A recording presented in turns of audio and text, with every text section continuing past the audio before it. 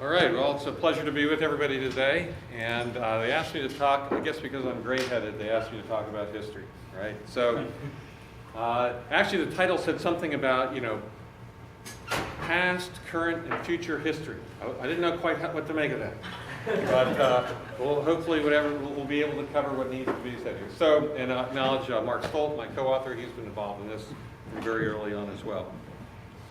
So, someone already said, prior to, some, 30, 40 years ago, 50 years ago, we were mostly interested in this part of the landscape, agricultural interpretation, soil survey supporting agricultural activities.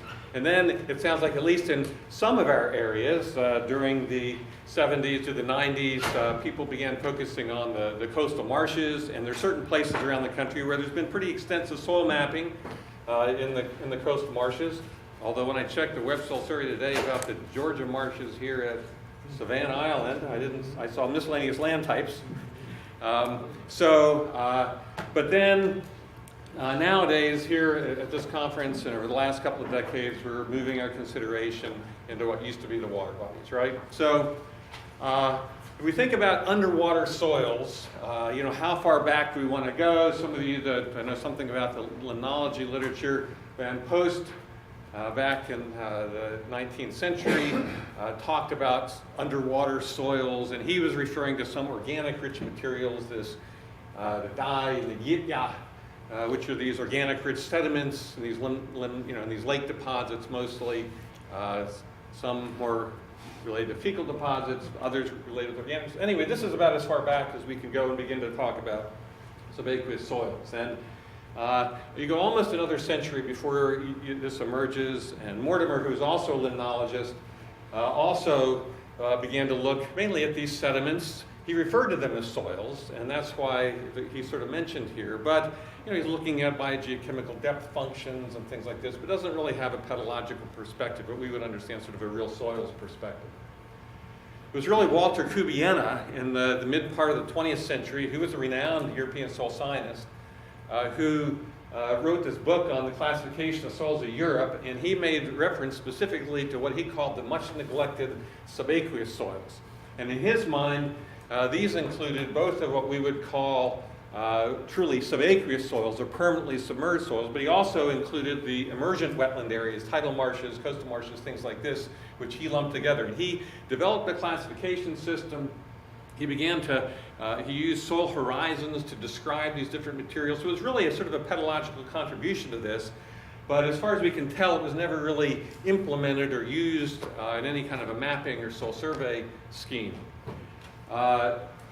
George Demas picked up Muckenhausen's work with the soil classification of Germany, which sort of picked up and basically borrowed a lot of what Kubiena had done. But there's also, while it was included in the taxonomy, we don't see evidence that it was really incorporated into the mapping efforts. And so we don't see places where these underwater soils were being mapped during this period. And then Felix Pramparuma, who's an interesting guy, comes from an interesting family. His brother Cyril Pramparuma was a professor at the University of Maryland and had this laboratory for chemical evolution, like between 1963 and 1971. But Felix was one who was sort of the agriculturally minded. He worked at Erie. He was sort of the soil chemist at the International Rice Research Institute. And so he was dealing with, in the case of rice production, ponding of underwater soils. And so he began to recognize not only in sort of the rice paddy production, but in sort of underwater soils in general, that these really ought to be considered soils. And he recognized that there were pedogenic processes that were going on in these underwater areas, and that these resulted in soils with particular horizons that developed. And so he, even though he wasn't a pedologist by training, he had recognized these pedological components. And so this was all going on. And so, but despite all this going on, even up, when soil taxonomy was first published in 1975, these underwater areas were largely excluded from the soil or being recognized as soils. It says that at the margins, anything that sort of grades into deep water was considered not soil. And deep water was sort of like anything that didn't support emergent vegetation, basically. So anything that was sort of permanently ponded would support SAD. Those things were considered not soil. But while most people were deterred by this, not everybody was deterred by this. And so I have to talk a little bit about George Demas.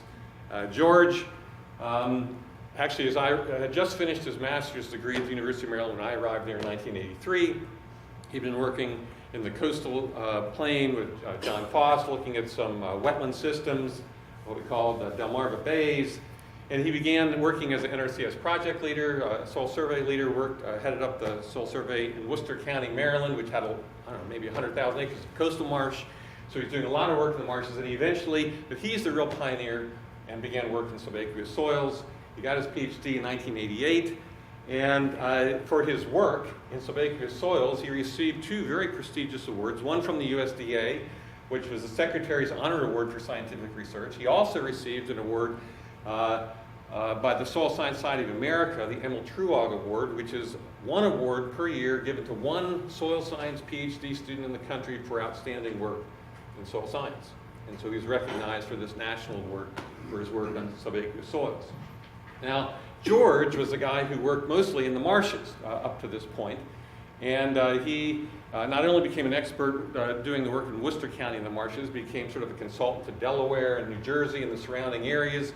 And the point was that he would map these soils in the marshes right up to this edge where it has this drop off into the water. And the story says, as George told me, he walked up the edge and he looked over and he said, "Why are we stopping here?"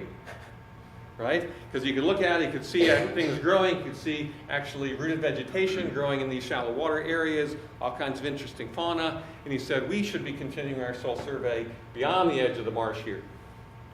So he talked to us about with Roy Simonson. Now, those of you who are in soil science probably know who Roy Simonson is. Maybe others of you don't, but he was a rather celebrated soil scientist. He moved to College Park in 1952, shortly after he became the Assistant Division of Soil Survey. And as a result, being in College Park, we began to enjoy his presence. And when he retired from the USDA in '73 and began a second career as the editor-in-chief of Geoderma until 1988. And during this time, he started teaching sort of as an adjunct professor some courses, advanced courses in soil genesis. And this is where I first began to interact with Roy Simonson. And this is also where George began to interact with Roy Simonson. He would hang out in the department, he'd come to our research meetings and our seminars, and he was a great resource.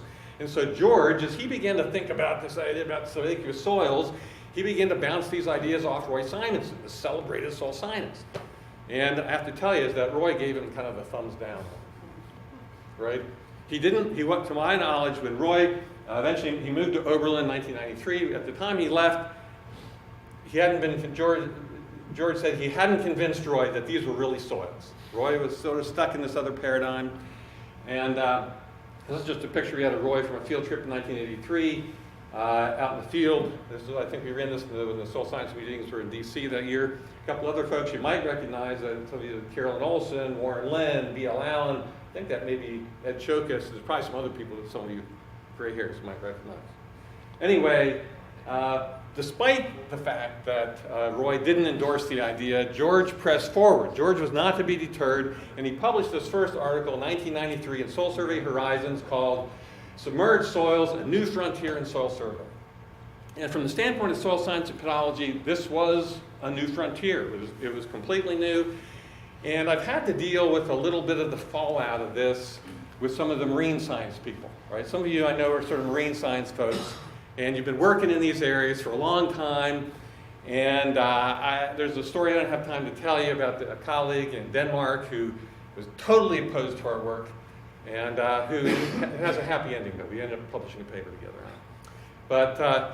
But the point is that I think we've taken some heat from the marine science community thinking, well, you guys are just come-latelys. And I'd say, in reality, there's some truth to some of the criticisms, and we need to recognize that. There's some things that we're thinking we're doing new, which maybe we're reinventing the wheel. However, I think there are some really significant things that pedology has contributed to these kinds of studies that haven't been understood or recognized by the marine science community. And so I think that's where there's the potential to kind of bring these things together. So, George, maybe I skipped over on the first page, but George suffered a very untimely death in 1999, just months after he received the Truog Award. And we want to recognize, he made a number of really important contributions that I think in terms of as we move forward into this understanding of subaqueous soils. One is he helped revise the definition of soils. Between 75, when the second edition of soil taxonomy came out in 99, or the keys the year before, there was this change in the language that says that in terms of what is not soil, it says water too deep, typically more than 2.5 meters. So this went from saying if anything that didn't support emergent vegetation was not soil, to saying, well, now it's got to be more than 2.5 meters, or if you got rooted vegetation down there, we're still going to consider that soil. Well, this was groundbreaking, or I don't know, water wake making or something. This was radical for the NRCS. And a lot of people met it with skepticism. They said, we don't want anything to do with this. We're going to have to map the ocean. We're going to avoid. But the 2.5 meters was supposedly to kind of keep people from getting too upset about this. And, we know, as we heard, in southern New England, they say, well, we want to go down to 5 meters. My conversation with my colleague in Denmark said, this arbitrary boundary of 2.5 meters is meaningless, stupid. And so we'd say, well, we know, but we had to satisfy some people over here. And so, as we're working in Chesapeake Bay estuaries, yeah, we're going deeper than 2.5 meters, but don't tell anybody. The other thing that George did was that he developed a way for looking at the underwater landscape. Now, you got to remember, this was happening in the mid-1990s. Technology has happened so fast. Now, one of the things that he was able to do is to take real-time GPS, which at that time was really novel, right? This was an old U.S. Army cast-off. And we were able to get real-time GPS data, sub-meter accuracy, but only if we would download the almanac for like 20 minutes at the beginning of the day, right? But I was back from just a few years before, when in order to get a GPS point, you had to have 2 units, one on the base station, you had to download 10 minutes worth of data, and then post-process the data. You could get sub-meter accuracy, but it was hard. This was innovative, and it was available to the USDA through the Army. And then you had to spend $10,000 to get a research-grade fathometer. Now you can get one for a few $100s and get the same quality data. And he had to find some sort of a software program that would integrate these things. So he'd take the fathometer data, tie it together with the daytime coordinates with the GPS, and link that. And then we put in a tide gauge, and we post-process the data. In the end, we were able to get real-time GPS data on an estuary. And I know it looks like George had been tipping the bottle when he was making these transect runs, but this was actually, we didn't have any way to kind of plot it in real time, so we didn't know when we were sort of going back over the same. Anyway, from these, we were able to use some antiquated programs like Surfer in order to generate some 3D models. But this was new stuff, right? And we know we're going to hear, Natalie, there's all kinds of great topography data that's now LiDAR-driven data that you can, fly over. If the water conditions are right, you can get great data sets. That's fantastic. But only a couple of decades ago, it was very, very different.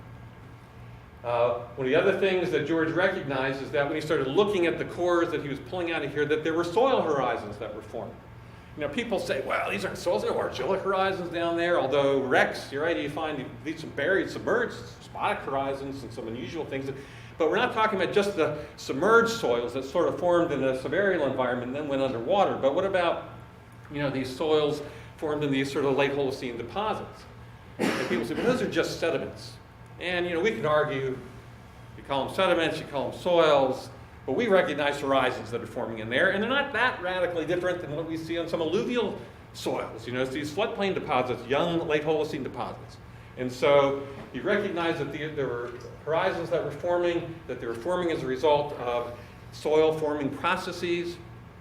And so both looked at the Yeni state factor model and Simonson's generalized model for additions, losses, transfers, transformations. And what do I do?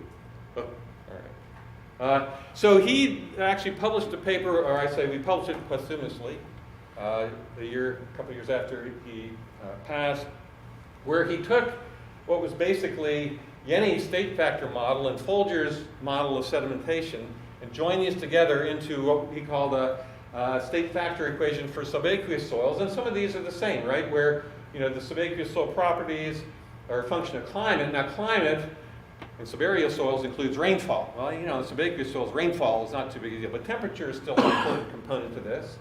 And then organisms are a big deal. They're different kind of organisms. You know, you got the benthic fauna and subaqueous vegetation and this sort of thing. The bathymetry is tied pretty closely to what we used to call relief or topography, right? These underwater landscapes and shapes. There's the flow regime, which we actually borrowed from Folger's model, which has to do with the hydrodynamics and how waters are moving. This has to do with sort of the energy that's associated with this. Parent material, so Folger called geological materials. These are pretty much transferred directly.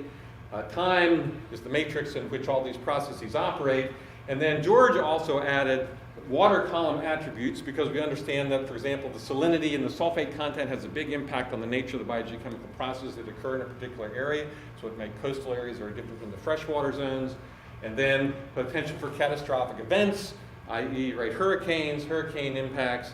And we used to actually think this is a whole separate story on its own. And we know that there's some places where this plays a big deal. But in the end, it's turned out to be less significant, I think, than people thought. When we've compared 50-year-old NOAA data with more recently, measured data, there's a few places where things are pretty dynamic, and but for the most part, those data sets haven't changed that dramatically. The other thing that George did is that he recognized the application of what we call the soil landscape paradigm. This is what we use in mapping upland soils. You sort of develop a conceptual model as to where you poke a lot of holes and you look at things and you figure out where do we expect different soils to occur in the landscape. And once you develop an underwater landscape model, then you can use, what he did is he recognized that, when you look on certain underwater landforms, you find certain soils and with certain properties, and you go to other underwater landforms, you have other soil with different properties. They're very different, they're predictable. And so once you formulate these models as to where you expect these different kinds of soils to form, then you can move into the next estuary over, carry your models. If you've got the bathymetry data and you can create these landforms, or pictures of the landforms, then you can theoretically create a soil map without ever poking a hole, right? Of course, you got to confirm it, evaluate it. George was the first one, he applied soil taxonomy, right? This is, there's a variety of sort of sediment classification schemes, but soil taxonomy not only looks at sort of the surface, it integrates this information over like a 2-meter depth. And so you get really a 3-dimensional perspective, and this is captured. And there's someone said some 40 different properties for each horizon that we captured. So there's a tremendous amount of information that's captured in this classification system. Now, of course, at the time, most of these fit in within the wet classes of aerosols, and there's been some significant changes since then. But he also set up the first soil series for underwater soils, named here, and then Fenwick was one which a few years later was renamed as Demas as a tribute to the work that George had done. Now that was all that happened up till around through 1999. There's lots that's happened since. And so we'll talk about the new millennium and the first decade, and maybe a little bit about the second decade. But one of the places that a lot of this began to happen was up in New England. Folks working with, students working with Mark Stolt. First one of those was Mike Bradley, working in some of the coastal ponds, Vinegar Pond particularly. And so they began developing soil landscape models up in there. And this was also one of the places where they compared some of the older NOAA data with the new bathymetric data that they were able to document, and showed that there really wasn't very much difference over 40, 50 years change.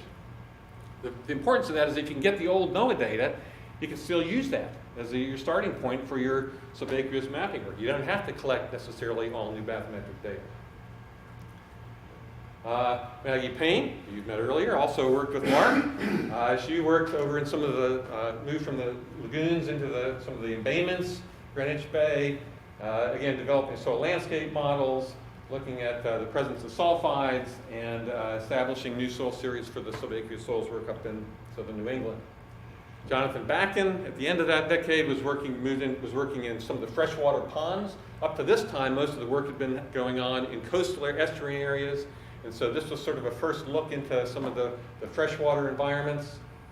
Alex Salisbury, one of Mark's students, began to look at soils and soil mapping as it related to shellfish production, shellfish aquaculture, and also some of the potential impacts of the dredging. Dredging, you know, is dredging a soil interpretation? Well, some of these places get dredged, so what's the impact? Where they put that dredged material, is it going to be a problem? Is it going to be acid generating or not? So those are the things that, and also this idea of soil temperature. We take soil temperature for granted, but it's a little different. You're down under a column of water. And then Chrissy Pruitt, also who began to look at carbon storage. During this decade, this is when, you know, carbon sequestration in the terrestrial environment became a big deal, and it was suggested that, you know, some of these estuarine areas may be one of the places where some of the missing carbon may be accumulating and not being accounted for. At the same time that this was going on in southern New England, someone already mentioned Laurie Osier, was assistant professor up at the University of Maine, and she and some of her students were working up in Taunton Bay, Maine. And this was a really dramatically different environment, macrotidal, like macrotidal, right? Some of these places are really dramatic. And two of her students, Chris Flanagan and Jess Jesperson. Chris was actually one of our undergraduates down at Maryland that went up to work with Laurie. And he was also developing soil landscape models for that part of the world. And Jen was one of the first to actually start doing carbon stocks in some of these subaqueous soil environments and demonstrating that the carbon that's stored in these different soil landscape units is different. So if you can develop an underwater soil map, you have a way to begin to generate estimates of carbon stocks and pools within those environments as well. Also, down in Florida, Mary Collins and some of her students, Rex, you met earlier today, was working out on the on Cedar Key, out of kind of a northwest of Tampa, looking at seagrasses up there. There's also a couple of other students, Kelly Fischler and Tom Saunders, who were working, I think, over on the eastern side of Florida at the time. And then Pat Drohan, who is up at Penn State, also had a student working in some reservoir, sort of freshwater impoundments up in there, Emily, Eric. And so there was a variety of things going on. But not only in the universities, there were also things going on with the NRCS. Now, back in Delaware, Carrie Kopic was one of my students who was beginning to focus on, did the work in Rehoboth Bay. This was a large estuary, so this was sort of a step up in terms of the magnitude of these projects. It was about 8,000 acres. And then a little bit after that was Danielle Bolliff, who worked down here in Chincoteague Bay behind the Aztec Island. And those are both large, and together they developed some pretty refined soil landscape models for these coastal lagoons in sort of this mid-Atlantic region. Set up a number of new soil series, which allowed us, of course, they were already doing work in the marshes, they were already doing work on the barrier islands, and so it allowed us to develop sort of this continuous model across the whole landscape underwater. There were also NRCS folks that were involved in a lot of work. Here are some of the folks here. Jim Tureen, as you've met, Maggie and Rob Punstead, Debbie Sarabian, Don Perezik, Sean McVeigh. These are all folks that were involved in a variety of projects in southern New England, and were involved in this Map Coast partnership. We'll probably hear more about the Map Coast partnership. I think this was a really great thing that involved the universities and state and federal folks. It brought people together who were working in traditional soil science and folks who were working in the marine environment, marine science, and to collaborate together to share data and some really great products. Also, Phil King was working down, finishing up some of the other areas that we hadn't gotten to in Delaware, Indian River Bay, the Lasso-Woman Bay, and I just show this because this ended up, some of these have been moved into the Web Soil Survey just in the last few months. Rich Shaw and Yi Wong, they were involved with the Soil Survey of New York City at the time, and so that involved, they decided to include Jamaica Bay in that. And so this was a project that they were focusing on eelgrass restoration issues. Now these were all sort of the projects that were going, but there's a number of other important issues and things that emerged during the same period of time. One was the development of a glossary of landform and geological terms. Now when George started working, he named his landforms, but he decided that we needed to sort of make sure that we were coordinating this with the geological community. And so Mark, on one of his sabbaticals, I think was involved in sort of beginning to pull this information together. So this was actually incorporated within the larger glossary of landform terms. But so we now have a resource that when we're looking at what are we going to call these underwater landforms, we're going to use the same things that will communicate within the broader geosciences community, and so we're all on the same page together. Also, there was a major change that incorporated subaqueous soils into soil taxonomy in a more significant way, actually recognized of a new suborder of enisols and histosols, the wasents and wasists. This was also something that Mark pushed during one of his sabbaticals. And in the foreword of the 11th edition of soil taxonomy says one of the most significant changes was the addition of these new wet suborders. So these are permanently saturated. So this is a major development. This is a recognition within NRCS that it needs to have a recognized place within soil taxonomy. So this is great. These are available to us now. In 2003, we decided to hold what turned out to be the first national workshop on subaqueous soils. This was in Georgetown, Delaware. Phil and Mark and Laurie Osier and I sort of hosted the meeting. We had a lot of other input that were involved. And we included, it had every day, it was 4 sort of days. Every day had a field component where we spent like the afternoon out on the water, doing things, learning how to do stuff. And then there was the other half of the day was dealt with lecture sort of things. And so in the lectures, there were things that related to theory, background about subaqueous soils and landforms and the geology and the extreme environments. There were things we talked about sort of methodological. How do you do this? How do you collect the bathymetric data? How do you do the sampling? How do you handle the samples? Very practical things. There were discussions, although I think our understanding of interpretations was fairly rudimentary on sort of the front end, but we were recognizing that if this was going to have value, we needed to move it from just sort of the collection of data into the application and the utility of the data, making it available for users. And then we also, at that time, there were a number of case studies, things that we had already done that we were able to talk about to explain what were the pitfalls, what were the things we found difficult or challenging as we worked forward. These are the folks that were there. This is the first workshop. Rex was there, Jim was there. I think that's Rick Shaw back behind, Kerry Copic, Chris Flanagan, Phil King, Yi Wang, Daniel Baldoff, Laurie Osier. I'm there, Sean McVeigh. A lot of folks from here went on to do additional subaqueous soils projects. It was a great week together. I think people learned a lot. Then 7 years later, we had another workshop up in Rhode Island, 2010. It had a similar format, right, where we had field sessions and we had lecture sessions, sort of split each day. So it was a very practical workshop. We had 4 sessions. Everybody rotated through one of these things, from pedon descriptions, doing freshwater stuff, bathymetric landscape data, how do you do vibe recording, sort of hands-on practical stuff to help equip people with how to do this. And so these are just a couple of photos. This is one of the things that we,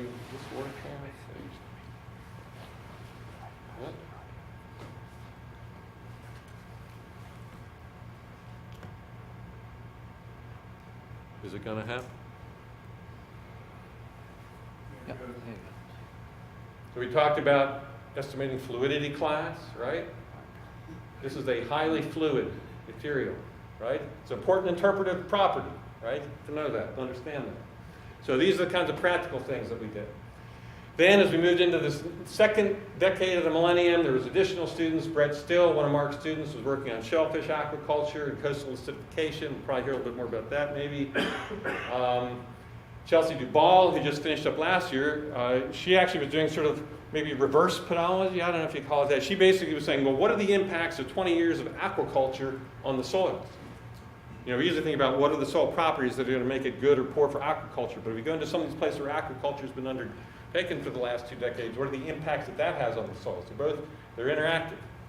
She's now doing a PhD out at the University of Wyoming. And Andy Palucci, one another of Mark's students, who was looking at other interpretations, setting up ESDs.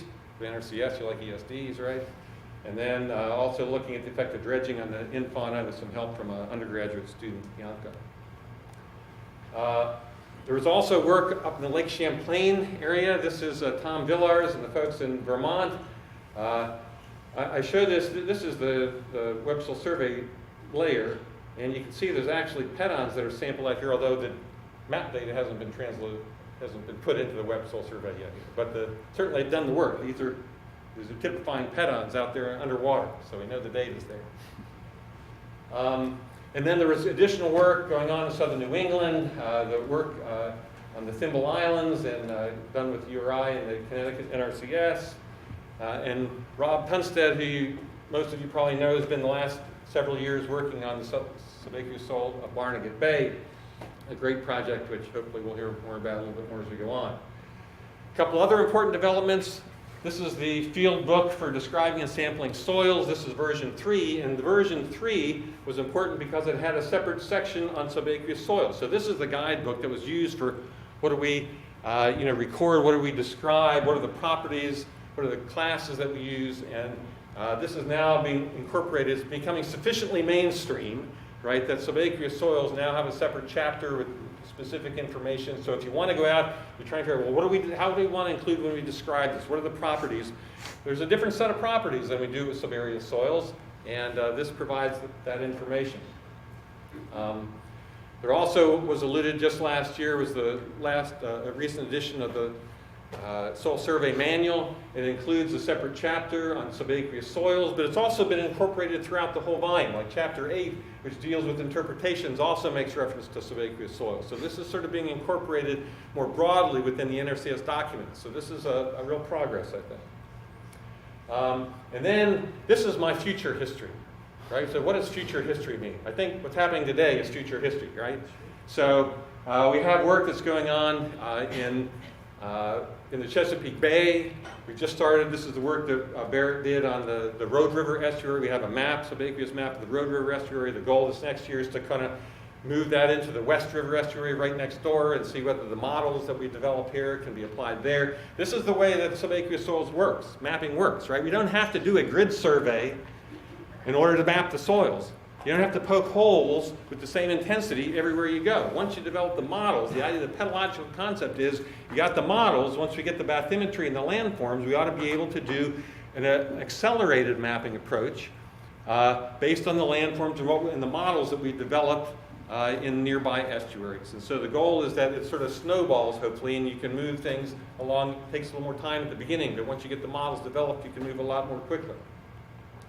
And Tom Privet, working up here in the Annick Bay in southern New England and Connecticut, looking at some of these particular issues with discharge water into some of these estuaries as well. So, and the last thing about the current history is what we're doing this week, right? So I think this is an important mark as we're gathering folks together who have experience and have interest in how to proceed with this. And so I think there's a lot that's gone on in the last 25 years. We should appreciate it. A lot of things have changed. Fortunately, the technology of some of these things has changed. Some things haven't, right? You want to look at the soils, you're going to use vibrocores or Macaulay samplers or bucket augers, depending on the environment. But fortunately, there's a lot better access to bathymetric data, which ought to really improve our ability to move things forward more easily. So with that, that's the overview, that's the background, and I look forward to the rest of the conference, which I think will be great.